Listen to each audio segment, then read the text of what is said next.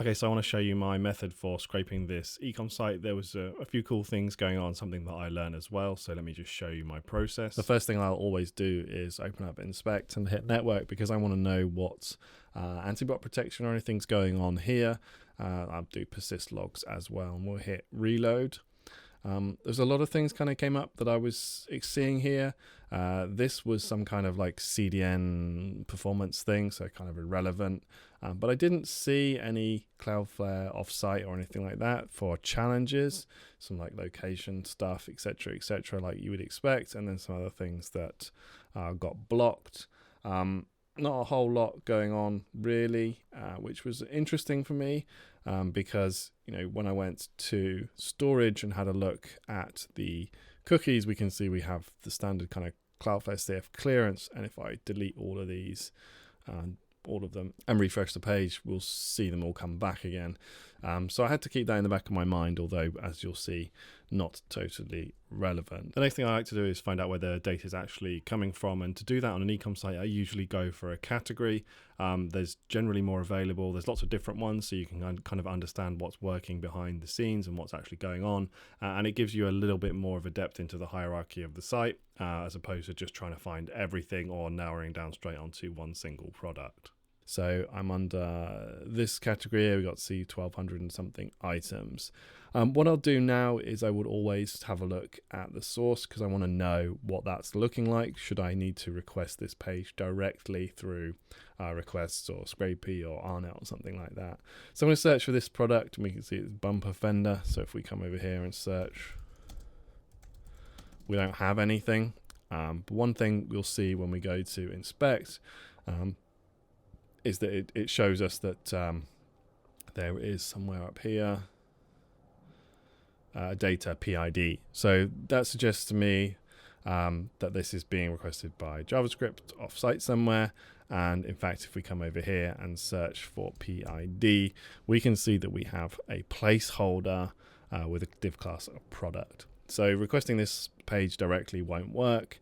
But there should be some information coming back here, so we don't need to use a browser because that'll be our last resort. So the PID here is kind of important because that is like the SKU or the UPC, so it's the product identifier for that specific site. It's quite universal, so it's always a good thing to search for. And as we can see when we look at this, they're everywhere in here, and that's how we will know and I'll be able to identify the different products.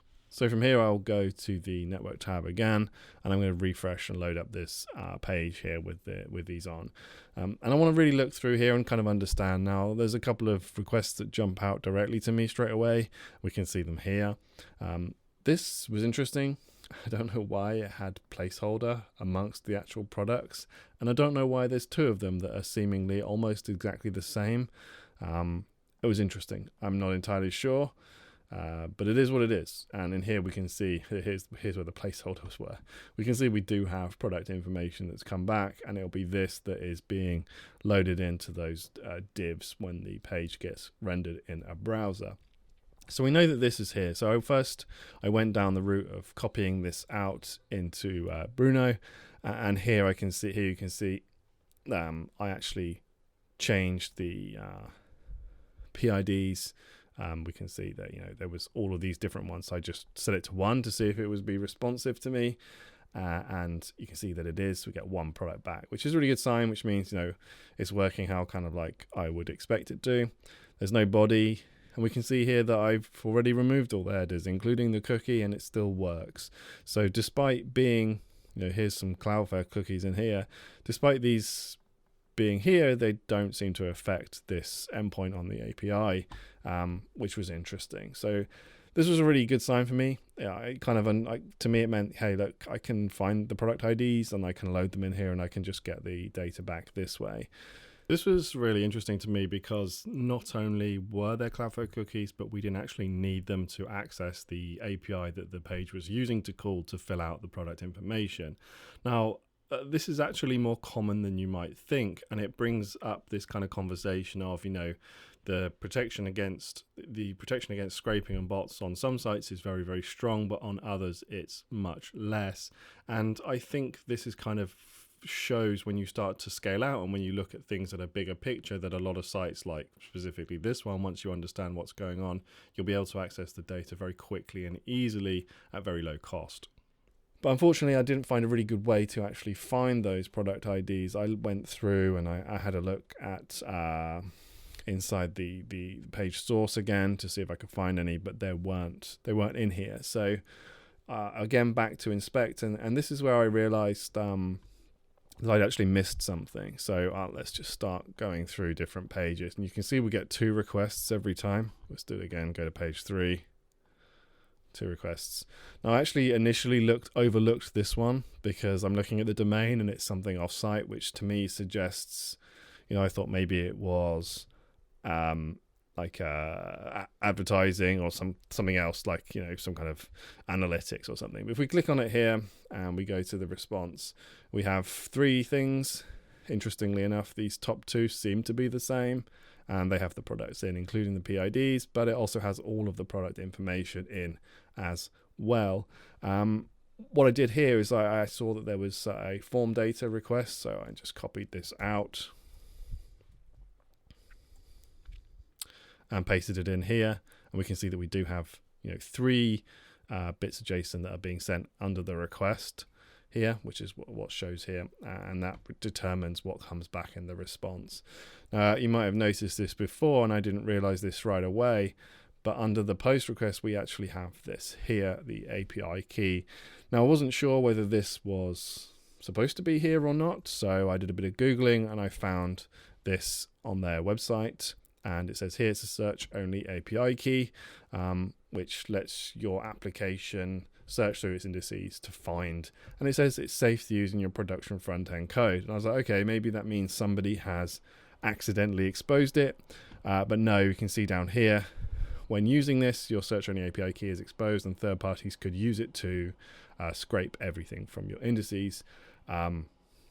So I would oblige. This was interesting. So that kind of led me away from the website itself and just onto this, and I can look at the actual response and everything. So I took this request and put it into Bruno itself, and we can see I've removed the agent params because it was long and horrible, but we need these other 2. And the body here, all I did was mess around with the parameters and remove the ones that I didn't need, and we can see here hits per page. I changed this to 96 instead of the default, and here is the page number. This also has the category, so if you wanted to do a different category, it would just be a case of finding this request there, and we'd be able to change this up. I looked at the headers as well, and again, I don't need them because I have the API key, so it knows it's an authenticated request. And if I just change this to the preview, we can see we have 96 hits, as they're called here, with all the information, price data, all this stuff here, and there's images and the name, etc., which was good to see. And I think one of these is probably our, I thought it might have been our bumper fender, but it's not. It doesn't matter. But we can see 1226, which was the number that we were expecting over here. 1226. So to me, this was exactly what we were after. All I did from here was just change it into some code just to get a proof of concept working. I sent this through a residential proxy just because, and gone through all here, and I've changed the page number and I put it into an F string over here somewhere. Yeah, and it was just a case of running this. I left the headers in here, but as we saw that they weren't actually necessary, and all I'm going to do is just run through all of these and print the name, the ID, and the price just to check that it works. And this is what I got back, and we can see name, price, ID, etc., for all of the 96 products. So all we would need to do is check out the actual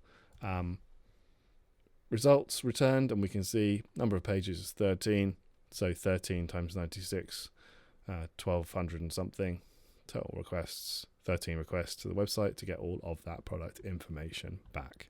That was pretty much it for this one. It was quite an interesting find for me, understanding that the Algolia backend thing with the API key, which I'm pretty sure is probably more common than you think, But from here to scale this up, I would just need to keep testing to understand, finding all from different categories. How many requests are we going to need to make to get the actual data that we want, given the fact that we can up that number in the API request that we're making, and then just, maybe rotate through some IPs to see where it's at, and then try and find its failure points. But as I said earlier, sites like this, once you get to this point and understand what you're looking at, they can be scraped pretty quickly and pretty easily at very minimal cost.